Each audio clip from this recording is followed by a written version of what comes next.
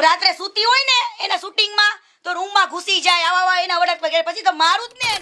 આ ભંગારના ભાવ જે રહ્યો ને, જે લોકોને ભગવાન માને, હું એને ભંગાર માનું. ખજૂરે બીજા લગ્ન કર્યા. કાલે જે મેં લાઈવ કર્યું હતું ને, એ તો ખાલી ટ્રેલર હતું, હજુ પિક્ચર આખું બાકી છે. આપણી સાથે છે સોશિયલ મીડિયાના સ્ટાર એવા કીર્તિબેન પટેલ. તો કીર્તિબેન, આમ તો તમે સોશિયલ મીડિયામાં વારે વારે ચમકતા હો છો, પણ આ વખતનો તમારો જે ચમકવાનો મુદ્દો છે એ ચર્ચાનો વિષય બન્યો છે. અને ખજૂરભાઈને લઈને તમારો જે વિવાદ સામે આવ્યો છે, ગઈકાલનું તમારું લાઈવ હતું, તો લોકો એ જાણવા ઈચ્છે છે, કારણ કે લોકોએ ખજૂરભાઈનો એક સેવાકીય ચહેરો, મસીહા તરીકે, એમને ભગવાન તરીકે અને નિરાધાર લોકોની મકાન આ બનાવતા હોય એ સેવાકીય પ્રવૃત્તિ કરતા જોયા છે. પણ તમે જે વાર્તા રજૂ કરી છે અને ગઈકાલે જે એમના જે લઈને જે કાંઈ લાય કર્યું હતું એ બાબતમાં અમારા થોડા સવાલો છે ને એમની બાબતે આપને પૂછવું છે. તો સૌ પ્રથમ તમારી મુલાકાત ખજૂરભાઈ સાથે કેટલા વર્ષ પહેલા અને ક્યારે અને કેવી રીતે થયેલી? 5 વર્ષ પહેલા મારી શરૂઆત થઈ હતી એમને મળવાની. હું ટિકટોક ઉપર ફેમસ થયેલી ત્યાર વખતે એમને મારો કોન્ટેક્ટ કર્યો હતો અને એમને મારી લેંગ્વેજ ગમતી હતી, કાઠિયાવાડી લેંગ્વેજ, કે આપણા સાથે કામ કરશે અને આ લેંગ્વેજ સાથે આવશે તો લોકોને વધારે ગમશે, એટલે મને એમને લોકોએ હાયર કરી હતી અને મારી સાથે 9 વિડીયોના સિરીઝ બનાવવાની નક્કી કરી હતી. સ્કૂલના હતા, પોલીસના હતા, એ બધા જ. બરાબર, મેં એમની સાથે કામ પણ કર્યું. પણ સેવા કરવી ને એ તો આપણો માનવ ધર્મ છે અને સેવા કરવી એ ખૂબ સારી વાત છે, એને હું વિરોધ કરતી પણ નથી અને કરવા માંગતી પણ નથી. પરંતુ આજે રાવણ જેવા રાવણનો પણ અહંકાર તૂટ્યો હતો ને, આ એવી વાત છે કે આજ દિવસ સુધીમાં હરેક મેં મીડિયામાં એના જોયા છે, ન્યૂઝ મીડિયામાં એના ઇન્ટરવ્યુઝ જોયા છે, બધું જોયું છે. અને અત્યાર સુધીનું જે કંઈ પણ મેં ભેગું કર્યું છે ને, અને કાલે જે મેં લાઈવ કર્યું હતું ને, એ તો ખાલી ટ્રેલર હતું, હજુ પિક્ચર આખું બાકી છે. અત્યાર સુધીનું ટોટલ વસ્તુ, ક્યાંથી ફંડ આવે છે, કોને મોકલું છે, ક્યાંથી આવ્યું, કેવી રીતના આવે છે, કઈ રીતના લોકો એક્સેપ્ટ કરે છે ને ફંડને, એ ટોટલી માહિતી લઈને બેઠી છું. કેટલી બહેનો દીકરીઓ સાથે ખોટું થયેલું છે ને કેટલી બહેનો દીકરીઓ માટે એને એવું કર્યું છે કે કોઈ પણ છોકરી એના ત્યાં કામ કરવા આવે ને એટલે આ ભાઈ પહેલી વાર વિડીયો સારો બનાવે, એની સાથે શાંતિથી બનાવે, થોડો ટાઈમ એની સાથે રહેવાનું. ત્યાં એને પાછું એવું છે જે એક્ટિંગ કરે ને એને પછી ત્યાં જ રહેવાનું, ત્યાં ખાવ એને એ રીતના આખો સેટ બનાવેલો છે બારડોલીમાં. એટલે પછી ધીરે ધીરે થતા છોકરીને પ્રપોઝ મારવાની, એનો ભાઈ બેન બનાવે ને આ બાજુ ત્યાં પ્રપોઝ મારે અને એવી રીતના કોમ્પ્રોમાઇઝ કરવા માટે એક્ટિવ.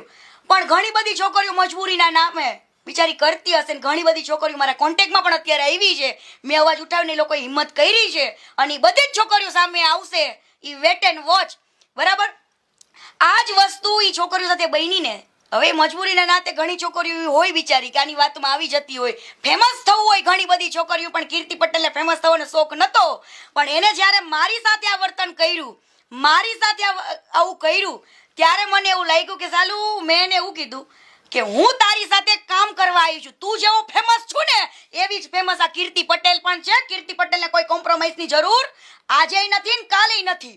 મને કોઈ એવો ફેમસ થવાનો શોખ કે હિરોઈન બનવાનો શોખ નથી, કેમ કે ત્યારે મારું પહેલું જ શૂટિંગ હતું યુટ્યુબ ચેનલનું. યુટ્યુબનો યુ મને નતો આવડતો, મને નથી ખબર એક્ટિંગ એટલે શું. હું મારી દુનિયામાં મોજમાં હતી.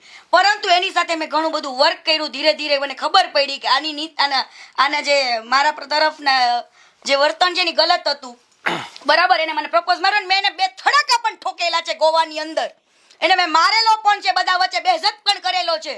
અને એ પછી મેં એને ચેલેન્જ આપી હતી કે ભાઈ તું જો તારી ચેનલ કરી શકતો હોય ને તો કીર્તિ પટેલ પણ ખુદની ચેનલ લોન્ચ કરશે.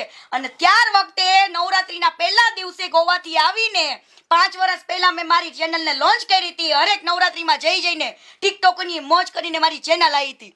હા, ખબર છે. ટિકટોકની મોજ કરીને કીર્તિ પટેલની ચેનલ આવી હતી. મેં મારું શૂટિંગ ખુદ સ્ટાર્ટ કર્યું હતું.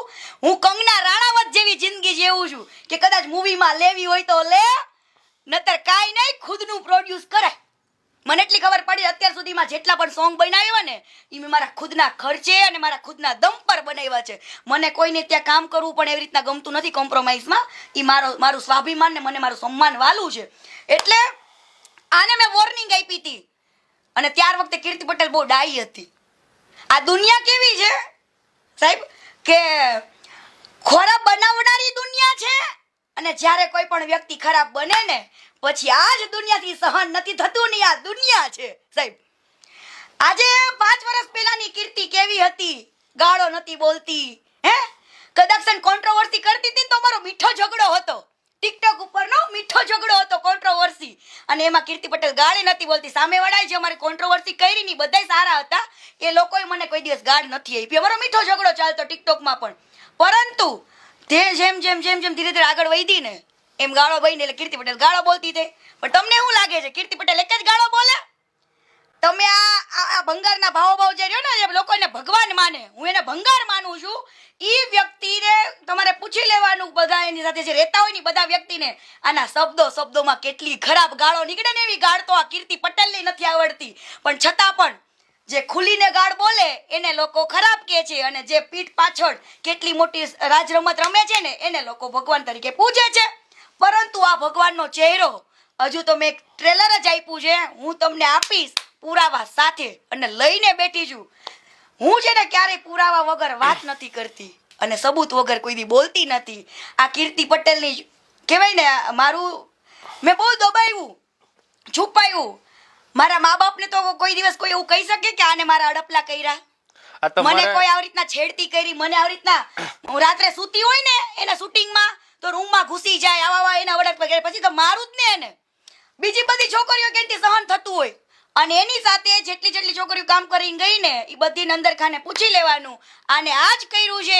ઘણી બધી છોકરીઓ મા બાપને ન કહી શકે, એવું કે તો કામ પર ન આવવા દે, પણ હું તો ખુલ્લીને કેવા વાળી છું. મેં મારા મા બાપને કીધું હતું, પણ મારા મા બાપે ત્યારે મને, આ મારા મા બાપ પાસે 3 વાર ગયો, કાજુ કતરીને પેંડા લઈને જાય પાછો મારા બેટો, મારા બાપાએ મને ચૂપ કરાવવા માટે, મારા બાપાને, મારા પપ્પાને, મારા ભાઈને બધાને ભોળવા અને મને ચૂપ કરાવી કે ભાઈ કીર્તિને કયો કોઈ આવું બધું કરે નહીં. ત્યારે હું ગાળે ન બોલું, કાંઈ નથી કરતી, પણ છતાં પણ મેં ચેલેન્જ તો આપી હતી કે આ પબ્લિકને ખબર પડી, પણ મારા મા બાપે મને સમાઈ પણ કીધું કે ભાઈ જવા દે ને. પછી મેં એને કીધું તું ગાળ દઈને કે આજ પછી કોઈ, મેં તો જિંદગીમાં મને અનફોલો કરી ને તો જોઈ લે, દેખા દેખીનો સંબંધ રાખ્યો તો, કેમ કે અનફોલો કરે તો મારે પબ્લિકને જતાવવું પડે, અનફોલો મને ખજૂર કરે તો મારે પબ્લિકને કહેવું પડે કે મારે કેમ એની હારે સંબંધ બગડ્યો. એ ફોલો એટલા માટે મને રાખેલી હતી કેમ કે પબ્લિકને એ ખબર નહોતી કે આની હારે બગડ્યું છે કે નથી બગડ્યું. પબ્લિક કન્ફ્યુઝનમાં હતી, પણ આજે પબ્લિકનું કન્ફ્યુઝન મેં દૂર કરી દીધું છે. બીજી વસ્તુ કે ખજૂર છે જેને બધા એમ કહે છે, તો તમે વિચારો કે યુટ્યુબની એવી કોઈ મોટી આવક નથી કે જે માણસ એવું કહેતો હોય કે હું આ કરું છું. સેવા કરવી એ બહુ સારી વાત છે, પણ હું કરું છું ને એ અહંકાર બોલે છે, અહંકાર. રાવણ જેવા રાવણને કીધું ને અહંકાર તૂટ્યો તો આ તો મહાણા છે. હરેક મીડિયામાં એવું બોલે છે કે હું મારી કમાણીમાંથી 99% વાપરું છું સેવામાં. પણ આ વિવાદ આ 5 વર્ષ પહેલાની તમારી સાથેની ઘટના, અને આ 5 વર્ષ પછી આ વિવાદ આવ્યો, 5 વર્ષ પછી કીર્તિ પટેલ બોલ્યા, અને ત્યાં 5 વર્ષ સુધી ચૂપ રહ્યા, અને અત્યારે કેમ બોલવું પડ્યું? ઈ એક સમય બળવાન છે. હંમેશા કહેવાય ને કે માણસ સમયની રાહ જોતો હોય, અને આજે કીર્તિ પટેલને બોલવું તો ઘણું, પણ એ સમય નહોતો, કેમ કે પબ્લિક તો એને ભગવાન માનતી હતી.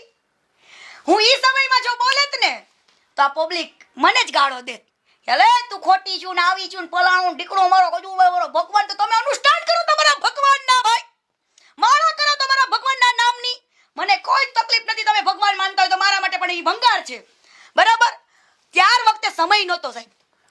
મને ઘણીવાર વિચાર આવે, અમે ચેનલના માધ્યમથી, સોશિયલ મીડિયાના માધ્યમથી જોતા હોઈએ તો કીર્તિ પટેલ જે ચહેરાઓ ખુલ્લા પાડે છે, અથવા તો જ્યાં કીર્તિ પટેલ હામી પડે છે કે લડત આપે છે, તો કીર્તિ પટેલને ક્યાંય આમ લોકોનો કે કોઈ બીજા કોઈ જેની સામે પડે તો અમે તો તમે રાજદીપસિંહ રીબડા જેવા સાથે તમે પંગો લઈ લીધો, તો તમને આમ ડર નથી લાગતો આમ જીવન? બિલકુલ નહીં. હું એવું માનું છું, સરદાર વલ્લભભાઈ એક લોખંડી પુરુષ હતા ને એના આપણે વંશજો છીએ.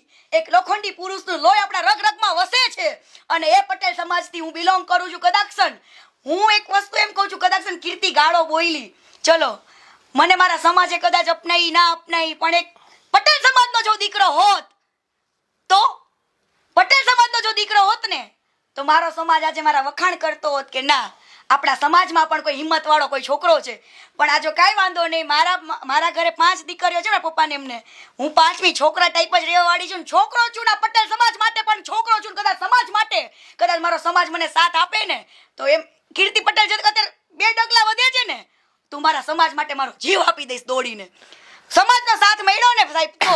પણ આજે વસ્તુ એવી છે કે દુનિયાની સોચ દૂરથી નાણાને ગમે તેવું કહી શકે લોકો, પણ જે પર્સનલ ઓળખતા હોય ને એને જ ખબર પડે કે કીર્તિ પટેલ વ્યક્તિત્વ શું છે. હમણાં ફેસબુકમાં અને બીજે ત્રીજે આપણે જોઈએ છે હા, તો એક તો પેલું તેલ વાળું બહુ ચાલ્યું છે, શુદ્ધ ઘાણીનું તેલ. બીજું એક ભાઈ મનીષભાઈ કરીને કોઈ સૌરાષ્ટ્રના વ્યક્તિ છે અને સહજ સિંગ તેલ એમની બ્રાન્ડ છે. હા, અને 5 લીટર મોકલાવું મારા વાલાથી ફેમસ થયા છે. મેં વિડિયો બનાવેલો કે 5 ગાળો મોકલાવું મારા વાલા. એટલે એવી જ રીતે હમણાં ખજૂરભાઈનું પણ અન્નપૂર્ણા સિંગ તેલ આવ્યું હતું અને એ પોતે પણ એક તેલનું બ્રાન્ડિંગ કરતા હતા.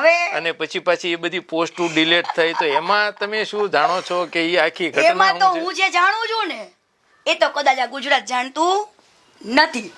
મનીષભાઈ પ્રોપર બિઝનેસ કરે છે, એક બિઝનેસમેન છે ને, એને જે માર્કેટિંગ કર્યું ને મનીષભાઈએ, એને તો કહીને જ કર્યું છે કે હું એક બિઝનેસમેન છું, એક બિઝનેસ કરું છું. બરાબર, પણ આ વ્યક્તિએ સેવાના નામે માણસને, મારી ભાષામાં કહેવાય ને તો બનાવી નાખ્યા. સેવાના નામે એવું કીધું કે અન્નપૂર્ણા બ્રાન્ડ મારી 12 વર્ષ જૂની, મારી પોતાની બ્રાન્ડ મારી છે અને આ જે કંઈ પણ ફંડ આવશે, જે કંઈ પણ પૈસા આવશે એ સેવામાં વપરાશે. આજે હું તમને સાહેબ એક વાત કરું કે કોઈ પણ માણસે સેવાના નામે બિઝનેસ ચાલુ કર્યો હોય, બરાબર, તો પછી તમારું ટકાવારીનું, પ્રોફિટનું એવું કઈ જોવાનું હોય? સેવા એટલે સેવા થઈ, પછી એમાં બીજી ટકાવારી બીજી કઈ ચિંતા ના હોય. અન્નપૂર્ણા વાળાએ આને છે ને પાર્ટનરશિપ આપી ખાલી માર્કેટિંગની કે 20% પાર્ટનરશિપ આપી. એટલે છે ને એને ખબર પડી ગઈ ખજૂરને કે આમાં તો પ્રોફિટ જાજુ થયું. ભંગારને ખબર પડી ગઈ કે આમાં પ્રોફિટ વધારે છે. તો એને છે ને પેલા માલિકને એવી વાત કરી કે હવે મને 20% ને મારે 33% જોઈ. હવે પહેલા તો બિચારા આટલું બધું લઈને આટલું બધું માર્કેટિંગમાં ફેલાવો કરી નાખ્યો એની બ્રાન્ડનો, અને પછી આડોઅવડો થાય તો ભાઈ એને તો મજા ન હોય બિચારાને, એટલે એને 33% પણ આપ્યા. બરાબર. જે માણસને તમે એમ કહો છો કે મારી બ્રાન્ડ છે, મારે સેવામાં પૈસા નાખું છું, પબ્લિકને સેવાનું કહીને એ રીતે માર્કેટ કરતા વધારે ભાવમાં ડબ્બો વેચે છે ભાઈ. બરાબર. અને ક્યાં ક્યાં પ્રોડક્શન થાય છે ને મારી પાસે છે બાયોડેટા કે અન્નપૂર્ણાનું જે ફેક્ટરી છે ને ત્યાં કણે આ લોકોની ડિમાન્ડ વધી ગઈ હતી. પબ્લિકે બહુ સારો સપોર્ટ આપ્યો, એમાંય ના નહીં, પણ ડિમાન્ડ વધી ગઈ હતી ને એટલે જેને તેની પાસે તેલના ડબ્બા ભરાવતા હતા એ મારી આંખની સામે છે અને દબાવી દેતા હતા. બરાબર. પછી ફાઇનલ અન્નપૂર્ણા વાળા સાથે ડખો ક્યાં થયો? ડખો અહીંથી થયો 33% માંગ્યા, પછી 33% પણ આપ્યા. બરાબર.